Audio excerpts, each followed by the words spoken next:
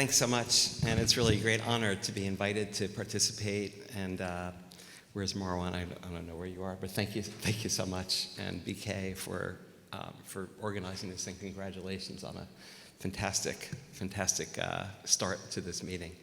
We had a great session this morning.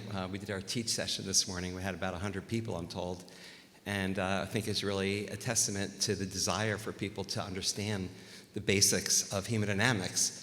Because it really underlies what we do. It underlies innovation in development of new devices and new therapies in shock.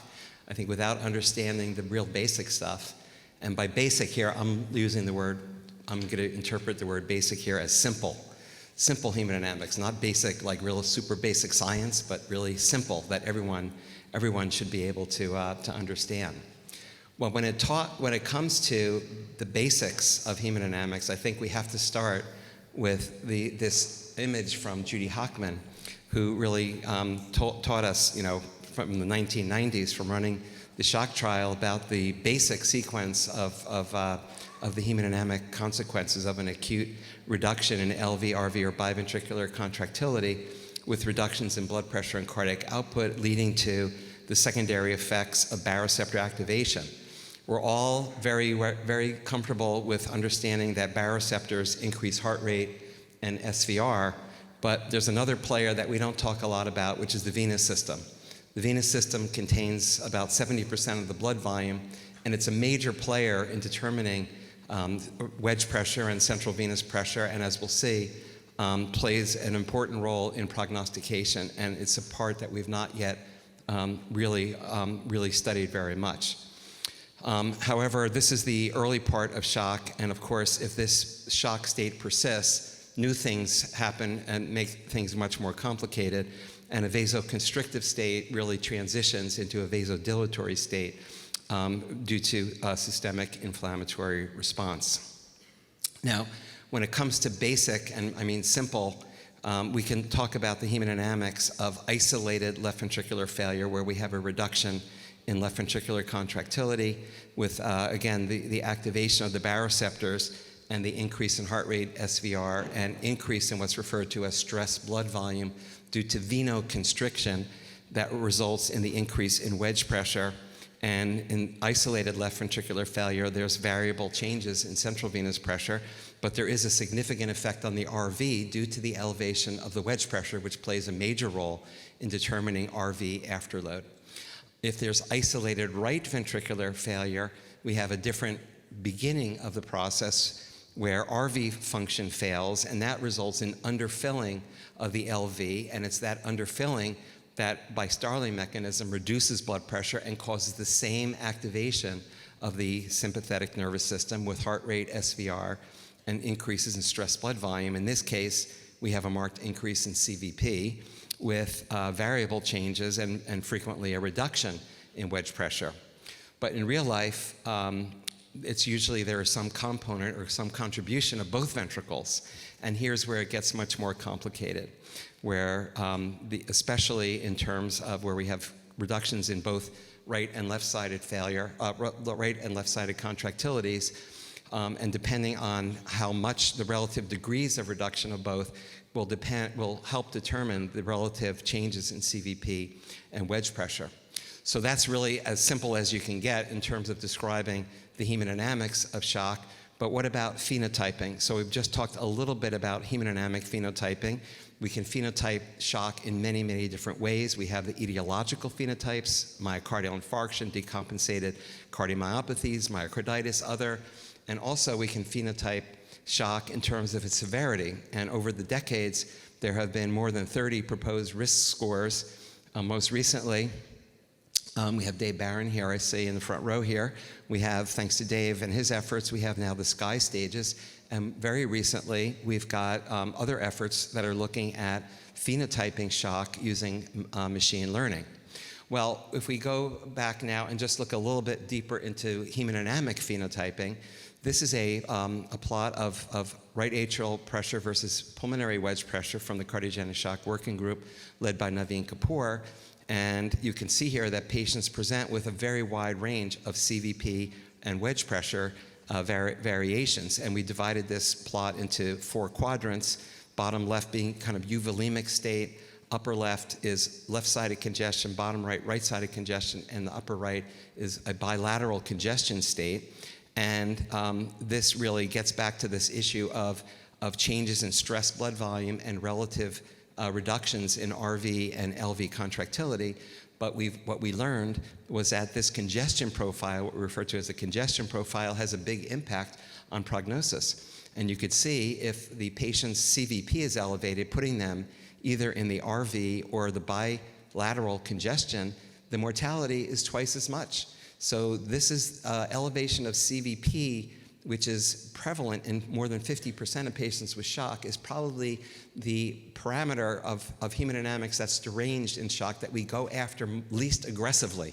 We're very aggressive about blood pressure, about cardiac output, about wedge pressure, but how aggressive are we about central venous pressure? So there's I think, an opportunity. The other thing that we learned from this plot is that this trend is true whether the shock is due to MI or decompensated heart failure, but what you can see is that the heart failure patients have a lower mortality than patients with AMI, suggesting what has been seen in multiple analyses, and I'll show further, that AMI prognosis and decompensated heart failure, the prognosis is different. And that's what we will see here. This is now another way of phenotyping shock is through the SCAI stages. And you see here that clearly there's a correlation, a relationship between both baseline and maximal SCAI stages and more in-hospital mortality.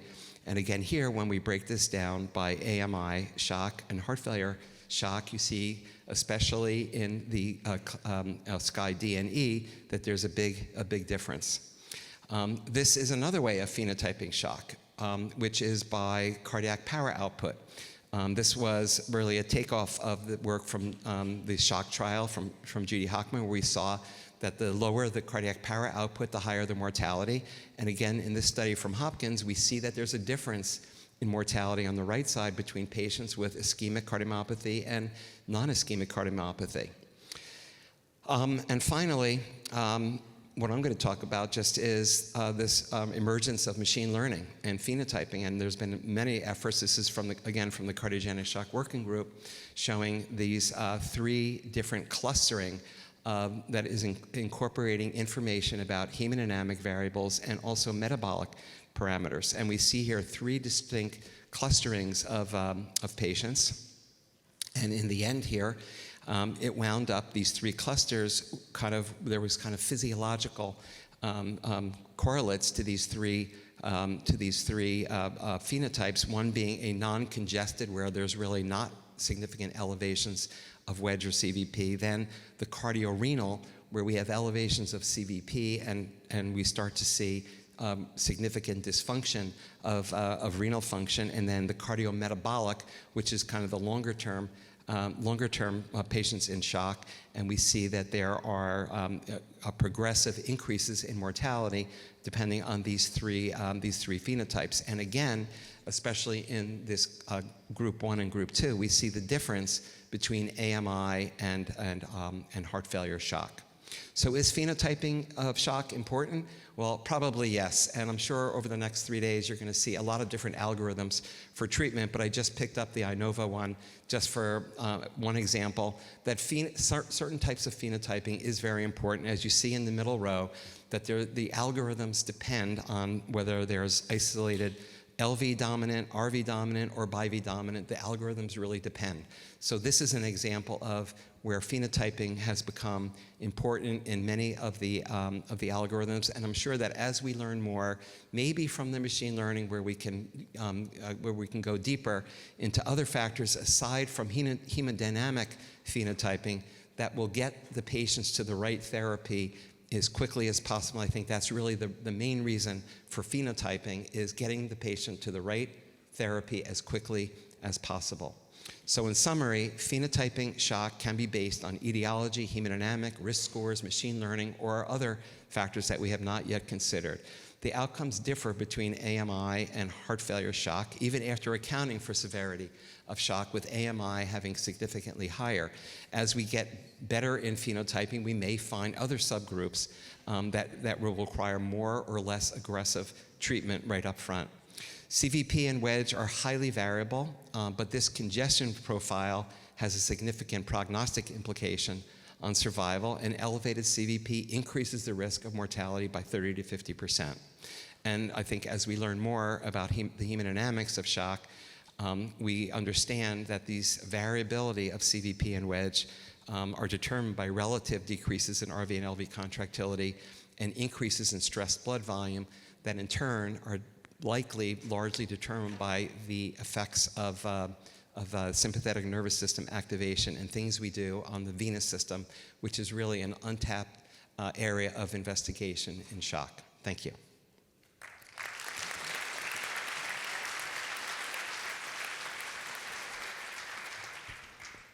So we'll have questions now, Yes, if you would stay there.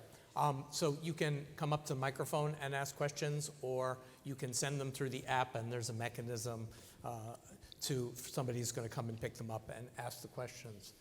So while we are waiting for questions, there may be questions through the apps also, just to get Dan's idea. Phenotyping in shock is very important, but this we've been trying to do for a long time. You know, the wet and cold and dry and hot and dry and cold. Does this add to that, or does that change treatment, or is it just a progression of the shock as it goes through the stages?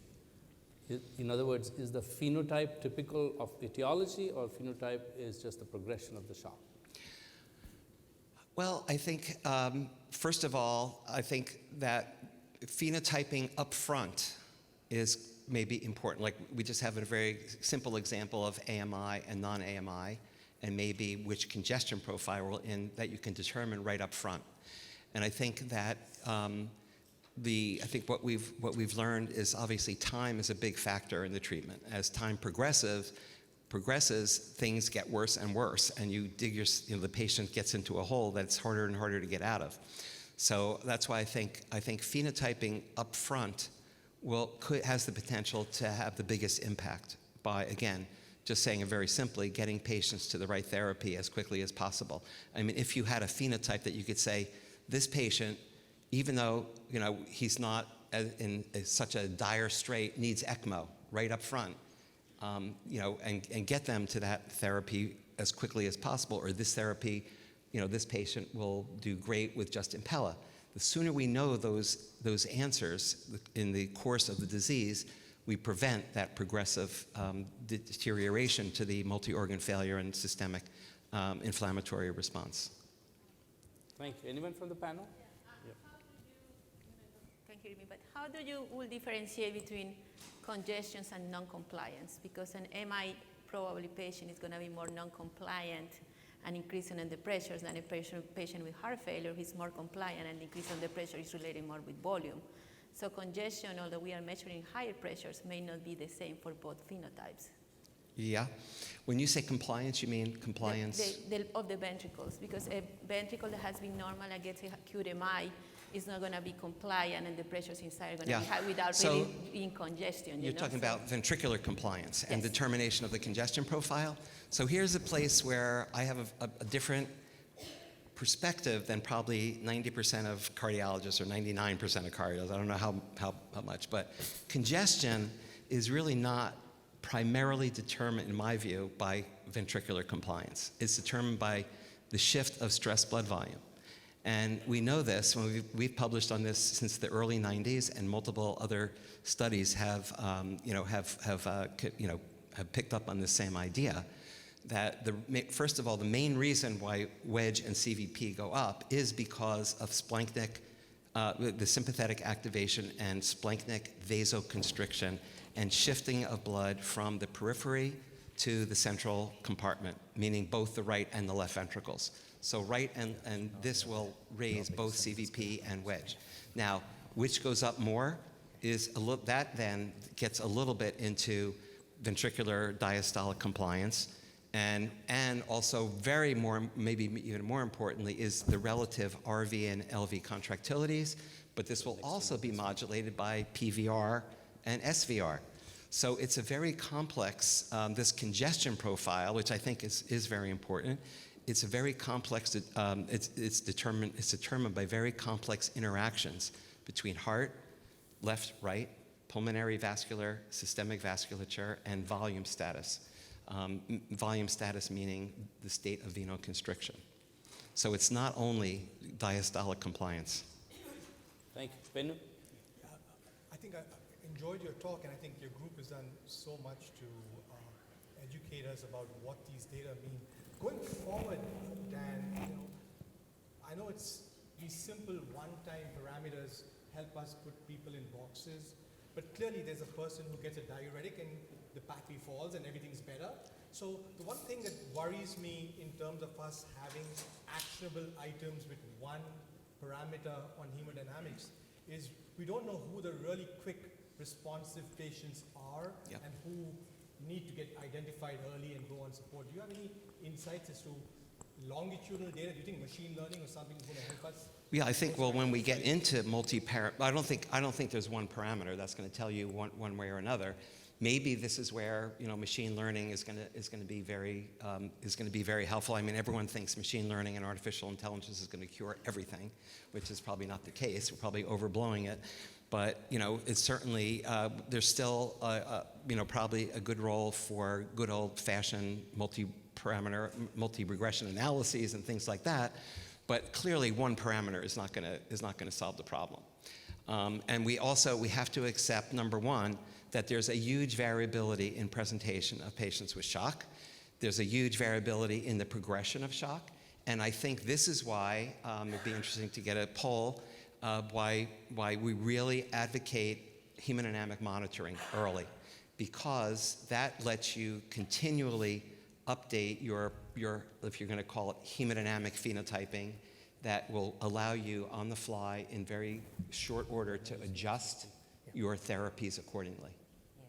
Yeah. Dan, I think it's really important that we all talk as academicians about phenotyping patients based on CVP and wedge, but I think we're also missing a large population of patients in whom they're at community centers where they don't have invasive hemodynamics. And I think we as a community need to build parameters to help our community partners risk stratify without invasive hemodynamics. Thank you, Joyce. It's critical. I mean, we're not going to have penetration of swans, in the periphery. It's not practical. But on the other side, we do know from data from the cardiogenic shock working group and from others that patients who are treated in the periphery that get transferred have a higher mortality. What that means is that I think that means that we would like to have, let's say, parameters that can be used in the periphery to say transfer.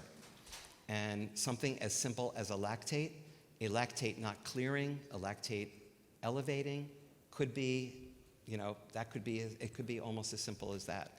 But I think this is where the time factor, getting the patients the right therapy as quickly as possible, and having better communication between the spokes and the hub. This whole model is really critical. Thank you. For sake of time, just we'll take the last question for Dr. Banayusi, and then we'll talk. Thank you so much. Thank you, Daniel. I enjoyed your talk very much. Thank you. I have a question for you and comment. I'm glad we started to talk about the hemodynamics, how important the hemodynamics for us to manage patients in advanced cardiogenic shock. It's very important for us. As important as that, and you have to pay attention to how clean our data is we're collecting from the patient, because you have to have consistency.